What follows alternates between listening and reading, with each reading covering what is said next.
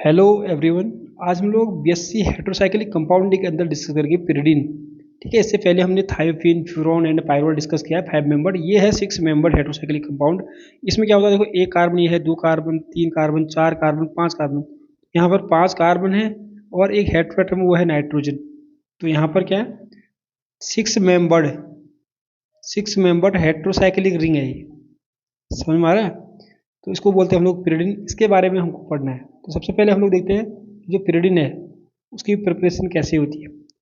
First method क्या है, by passing of mixture of acetylene and SCN. ये हमारे पास एसिटिलीन 2 मॉलिक्यूल लिया है एसिटिलीन के, और यहाँ पर एससीएन लिया है। ठीक है, तो जब इनकी रिएक्शन की तो क्या बन गया, ये बन गया pyridine। तो ये पहली मेथड है। सेकेंड मेथड क्या है, by dehydrogenation of piperidine with H2SO4 at 300 degree Celsius.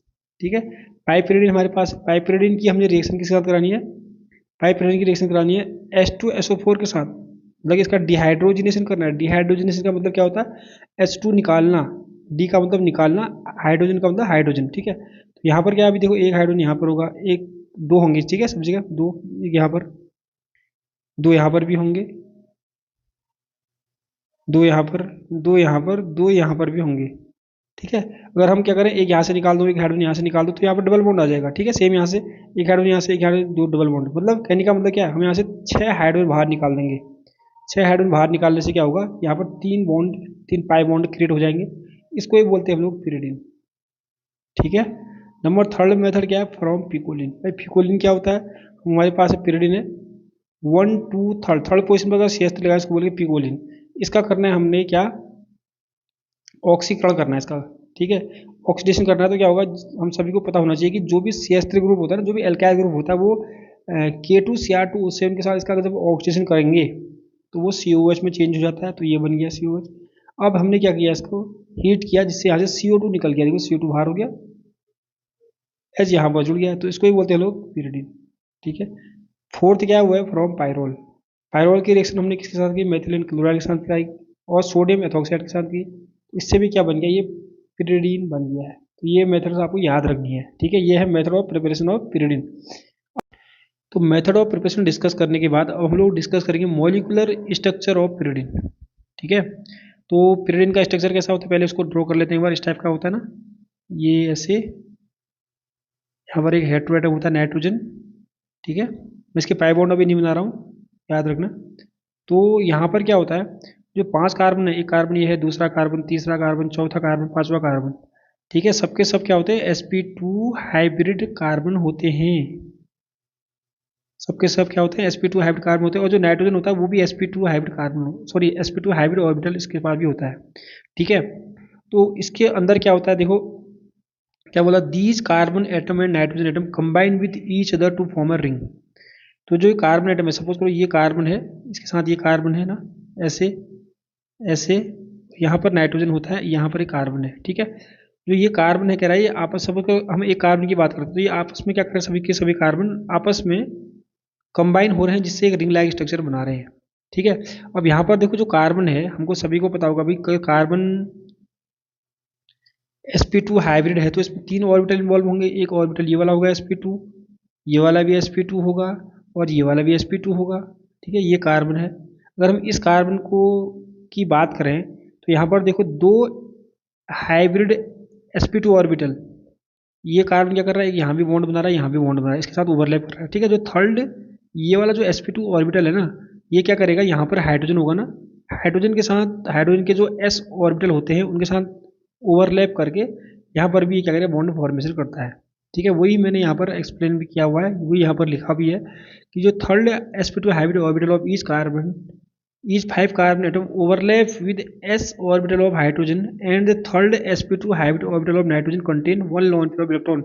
जो नाइट्रोजन है वो क्या करता है, जो नाइट्रोजन होगा वो क्या करेगा, उसके पास भी क्या होगा, एक sp2 हाइब्रिड ऑर्बिटल बचा होगा, थर्ड वाला। ठीक है, तो देखो इसमें क्या होता है, जो नाइट्रोजन होता है ना, ये जो नाइट्रोजन, नाइट्रोजन हमको पता है कि जो कार्बन है, कार्बन का जो थर्ड sp2 ऑर्बिटल है, ये वाला, इसकी बात कर रहे हैं।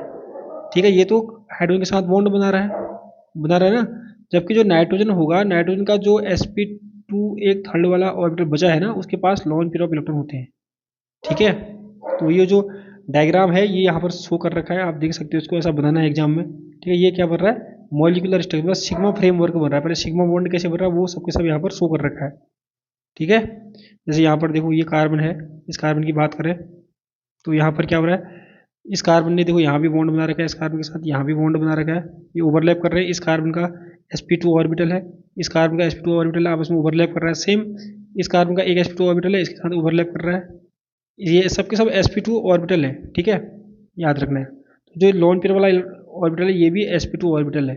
ये क्या बन रहा है, अभी तक सिग्मा फ्रेमवर्क बन रहा है, मतलब सिग्मा बॉन्ड बन रहे हैं अभी तक ऐसे।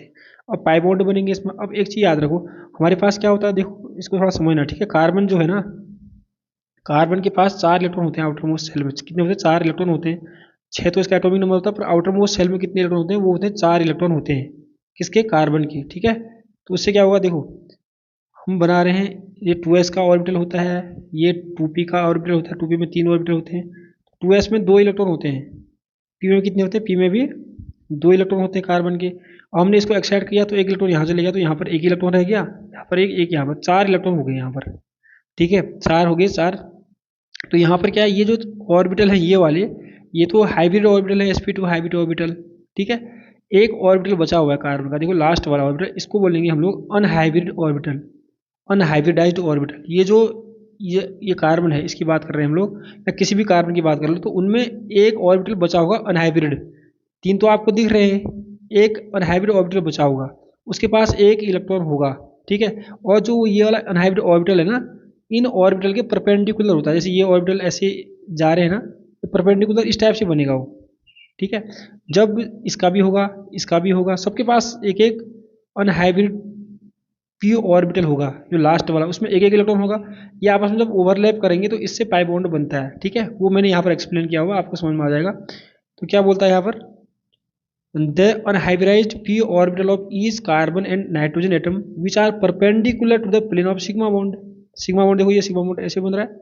ये जो ऑर्बिटल की बात कर रहा हूँ अनहाइब्रिड p ऑर्बिटल, ये परपेंडिकुलर है सिग्मा बॉन्ड के, ये आपस में ओवरलैप करते हैं, जिससे पाई इलेक्ट्रॉन क्लाउड बनता है below and above the plane of the ring, ठीक है।